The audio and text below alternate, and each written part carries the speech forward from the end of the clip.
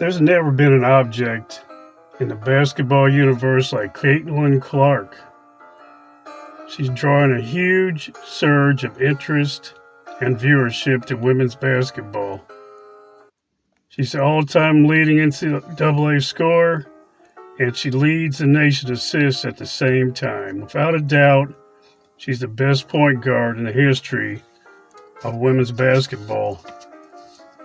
What makes her the most interesting is she's creating a phenomenon that transcends women's basketball, and it's allowing a big change to take place. So many of these people that were haters and looked down on women's basketball are suddenly being silenced by her performance and her popularity. This hysteria has led to huge viewerships on TV.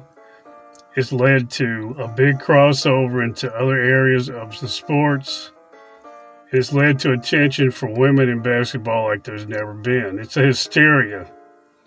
Why is it happening? Part of it is because social media is the force that drives things now.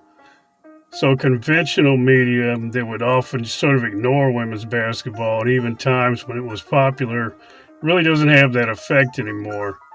Things become popular because the masses find them popular.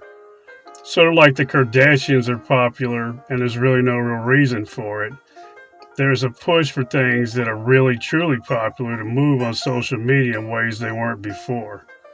One of the things that's given her more exposure is the new Neil contracts.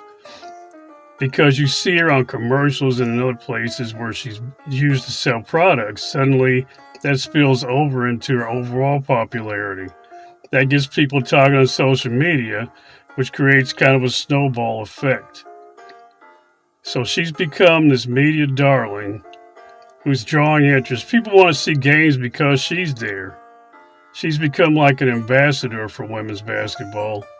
And it's a very good thing if you're a fan of women's basketball to finally see some momentum to maybe get these women the kind of recognition they deserve and to see them get paid like they should. The question is, can this continue? What can she do to draw interest in other places? Now, for years and years, the WNBA has been kind of a stigma. If you're a fan, it was a stigma for college women's basketball to some degree, but she's erased that. So the question is, can she slay this other dragon? Because if there was a stigma to being a fan of women's basketball in college, then it was seen as basically antisocial to be a WNBA fan. You were kind of a pariah if you were one. But does she have the coattails to carry this off? Can she pull the fans that follow her, that she drew into college? Can she wrap those up in a bundle and carry them with her into the WNBA? Because nobody's ever been able to do that in the past. My sense is that she will be able to. And that when she's drafted by the Fever come here in April, not only will their ticket sales surge, but as she moves in, people will notice something that they hadn't noticed before. A lot of these haters of the WNBA who make all these claims, they're people who never actually have watched games, and they think Caitlin Clark's abilities are unique. Once they start watching her team compete against other teams, they'll realize that there's plenty of women out there that can shoot the ball from deep. There's other women with great passing skills, and if they found Caitlin Clark entertaining, they're going to find these other women entertaining.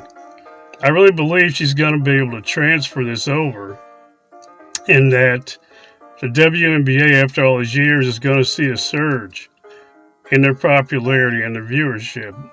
Will it be a lasting one? That's a question that can't be answered now. But it's going to be fun to see this wave of hoopla and how far it can go, at least initially.